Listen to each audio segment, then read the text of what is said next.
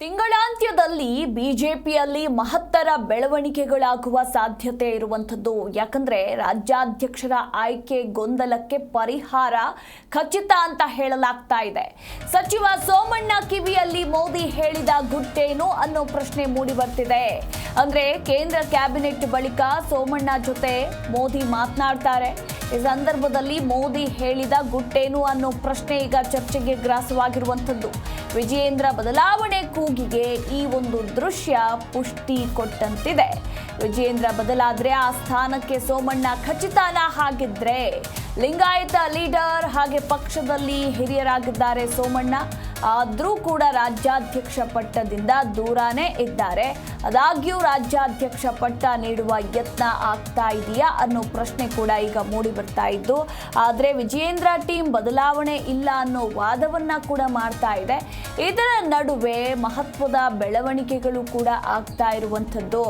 BJP ರಾಜ್ಯಾಧ್ಯಕ್ಷರ ಬದಲಾವಣೆ ವಿಚಾರಕ್ಕೆ ಸಂಬಂಧಪಟ್ಟಂತೆ ಆ ಸ್ಥಾನಕ್ಕೆ ಯಾರು ಬರಲಿದ್ದಾರೆ ಅನ್ನೋದ್ರ ಕುರಿತು ಸಾಕಷ್ಟು ಕುತೂಹಲ ಇದ್ದು, ಈಗ ಲಿಂಗಾಯತ ಲೀಡರ್ ಹಾಗೆ ಪಕ್ಷದ ಹಿರಿಯ ನಾಯಕರಾಗಿರುವ ಸಚಿವ ವಿ ಸೋಮಣ್ಣ ಬಿಜೆಪಿ ರಾಜ್ಯಾಧ್ಯಕ್ಷರಾಗಲಿದ್ದಾರಾ?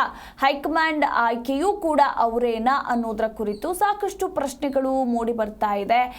ಯಾಕಂದ್ರೆ ಕೇಂದ್ರ ಕ್ಯಾಬಿನೆಟ್ ಬಳಿಕ ಪ್ರಧಾನಿ ನರೇಂದ್ರ ಮೋದಿ ಸೋಮಣ್ಣನೊಟ್ಟಿಗೆ ಮಾತನಾಡಿರೋದು ಈಗ ಈ ಎಲ್ಲ ಪ್ರಶ್ನೆಗಳನ್ನ ಹುಟ್ಟಿ ಹಾಕಿದೆ. ಒಂದು ಕಡೆ ರಾಜ್ಯಾಧ್ಯಕ್ಷ ಪಟ್ಟದಿಂದ ಸೋಮಣ್ಣ ದೂರ ಇದ್ದಾರೆ.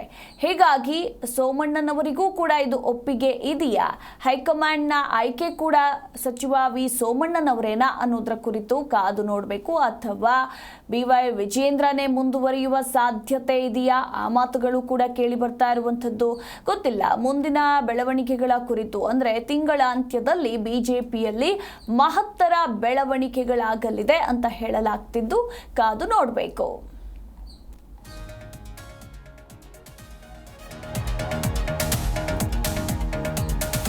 ಇನ್ನು ಮತ್ತೊಂದು ಬ್ರೇಕಿಂಗ್ ಅಪ್ಡೇಟ್ ಸಿಗ್ತಾ ಇದೆ. ಯತ್ನಾಳ್ ಉಚ್ಚಾಟನೆ ಬೆನ್ನಲ್ಲೇ ಬಿಜೆಪಿಗರಿಗೆ ಢವಢವ ಕೂಡ ಶುರುವಾಗಿರುವಂಥದ್ದು. ಇನ್ನು ಮತ್ತೊಂದು ಕಡೆ ಲಿಂಗಾಯತ ಲೀಡರ್ ಹಾಗೆ ಪಕ್ಷದಲ್ಲಿ ವಿ ಸೋಮಣ್ಣ ಹಿರಿಯರಾಗಿದ್ದಾರೆ. ಅವರಿಗೆ ರಾಜ್ಯಾಧ್ಯಕ್ಷ ಸ್ಥಾನ ಸಿಗಲಿದೆಯಾ ಅನ್ನೋ ಪ್ರಶ್ನೆ ಕೂಡ ಮೂಡಿ ಬರ್ತಾ ಇರುವಂಥದ್ದು.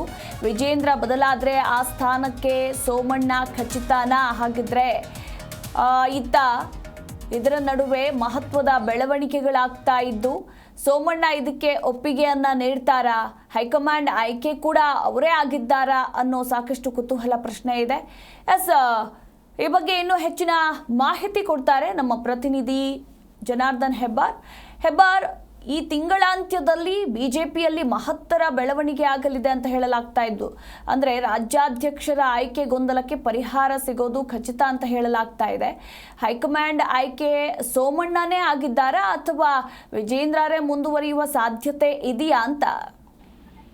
ಮಧು, ಈ ಒಂದು ಗೊಂದಲ 4-6 ತಿಂಗಳಿಂದ ಮುಂದುವರಿತಾ ಬಂದಿದೆ. ಬಿಜೆಪಿಯಲ್ಲಿ ರಾಜ್ಯಾಧ್ಯಕ್ಷ ಬದಲಾವಣೆ ಆಗ್ಲೇಬೇಕು ಅಂತೇಳಿ ಭಿನ್ನಾಭಿಪ್ರಾಯ ಕೂಡ ಶುರುವಾಗಿ ಒಂದು ಬಣ ಅದ್ರ ಬಗ್ಗೆ ಹೋರಾಟವನ್ನು ಕೂಡ ಮಾಡಿತ್ತು. ನಂತರದಲ್ಲಿ ಯತ್ನಾಳ್ ಅವರ ಉಚ್ಚಾಟನೆ ಕೂಡ ಆಯ್ತು. ವಿಜಯೇಂದ್ರ ಮತ್ತು ಯಡಿಯೂರಪ್ಪನವರ ವಿರುದ್ಧವಾಗಿ ಸಾಕಷ್ಟು ಆರೋಪ ಮಾಡಿದ ಕಾರಣಕ್ಕಾಗಿ ವಿಚಾರಣೆ ಕೂಡ ಆಯ್ತು.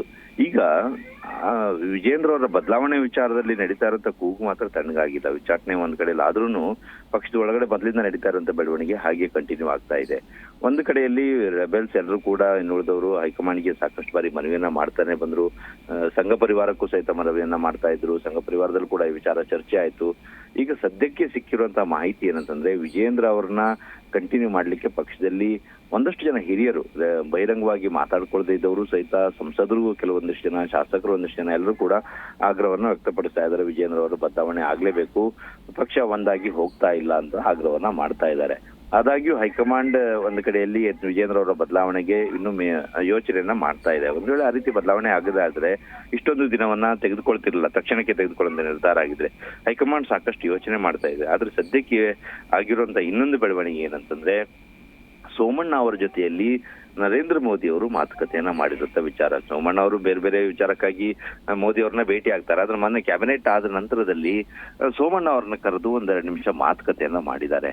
ಕಿವಿಯಲ್ಲಿ ಗುಟ್ಟಾಗಿ ಮಾತಾಡಿದ್ದಾರೆ, ಪ್ರತ್ಯೇಕವಾಗಿ ಕರ್ಕೊಂಡೋಗಿ. ಇದು ಕುತೂಹಲಕ್ಕೆ ಎಡೆ ಮಾಡಿಕೊಟ್ಟಿದೆ. ಯಾಕಂದ್ರೆ ರಾಜ್ಯದಲ್ಲಿ ಇಷ್ಟೊಂದು ಬೆಳವಣಿಗೆ ಆಗ್ತಾ ಇರುವಂತ ಸಂದರ್ಭದಲ್ಲಿ ಸೋಮಣ್ಣ ಅವರ ಹೆಸರು ಕೂಡ ಸಾಕಷ್ಟು ಬಾರಿ ಪ್ರಸ್ತಾಪ ಆಗಿರುವಂತ ಹಿನ್ನೆಲೆಯಲ್ಲಿ ಮೋದಿ ಅವರು ಸೋಮಣ್ಣ ಅವರ ಜೊತೆಯಲ್ಲಿ ಮಾತುಕತೆಯನ್ನ ಮಾಡಿ ರಾಜ್ಯಾಧ್ಯಕ್ಷರಾಗುವಂತೆ ಸೂಚನೆಯನ್ನ ಕೊಟ್ಟಿದ್ದಾರ ಅನ್ನೋಂಥ ಮಾಹಿತಿ ಅಥವಾ ಆ ಒಂದು ವಿಚಾರ ಪಕ್ಷದಲ್ಲಿ ಈಗ ಚರ್ಚೆಗೆ ಗ್ರಾಸವಾಗಿದೆ. ಒಂದು ಕಡೆಯಲ್ಲಿ ವಿಜೇಂದ್ರ ಅವರನ್ನ ಕಂಟಿನ್ಯೂ ಮಾಡಬೇಕು, ಬದಲಾವಣೆ ಮಾಡಿದ್ರೆ ಲಿಂಗಾಯತ ಸಮುದಾಯ ಅಸಮಾಧಾನ ಆಗತ್ತೆ ಅನ್ನೋಂಥ ಮಾತುಗಳು ಇರುವಂತ ಹಿನ್ನೆಲೆಯಲ್ಲಿ ಸೋಮಣ್ಣ ಅವರು ಲಿಂಗಾಯತ ಸಮುದಾಯದವರು ಇದ್ದಾರೆ, ಪಕ್ಷದಲ್ಲಿ ಹಿರಿಯರಿದ್ದಾರೆ, ಕೇಂದ್ರ ಸಚಿವರಾಗಿ ರಾಜ್ಯ ಸಚಿವರಾಗಿ ಎಲ್ಲ ಕೆಲಸ ಮಾಡಿದಂತ ಅನುಭವ ಇದೆ. ಈ ಕಾರಣಕ್ಕಾಗಿ ಅವರನ್ನೇ ರಾಜ್ಯಾಧ್ಯಕ್ಷನಾಗಿ ಮಾಡಿದ್ರೆ ಯಾವುದೇ ರೀತಿಯ ಸಮಸ್ಯೆ ಬರಲ್ಲ ಅನ್ನೋಂಥ ಒಂದು ವಿಚಾರಕ್ಕಾಗಿ ಸೋಮಣ್ಣ ಅವ್ರನ್ನ ಪಕ್ಷದಲ್ಲಿ ರಾಜ್ಯಾಧ್ಯಕ್ಷ ಸ್ಥಾನಕ್ಕೆ ತಂದು ಕೂರಿಸುವಂತಹ ಪ್ರಯತ್ನ ಕಾಣಿಸ್ತಾ ಇದೆ.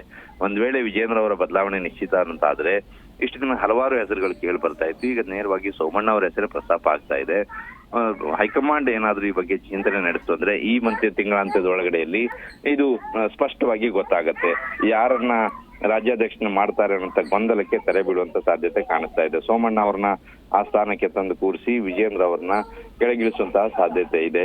ಆ ನಿಟ್ಟಿನಲ್ಲಿ ಚರ್ಚೆಗಳು ಜೋರಾಗಿ ನಡೀತಾ ಇದೆ. ಈ ತಿಂಗಳ ಅಂತ್ಯದ ಒಳಗಡೆ ಈ ಎಲ್ಲಾ ಗೊಂದಲಕ್ಕೆ ತೆರೆ ಬೀಳ್ತಾ ಇದೆ. ಸದ್ಯಕ್ಕೆ ಪಕ್ಷದಲ್ಲಿ ಶುರುವಾಗಿರುವಂತಹ ಜೋರಾದ ಚರ್ಚೆಯಲ್ಲಿ ರಾಜ್ಯಾಧ್ಯಕ್ಷರ ಬದಲಾವಣೆ ನಿಶ್ಚಿತ ಅನ್ನೋದು ಚರ್ಚೆ ಆಗ್ತಾ ಇದೆ.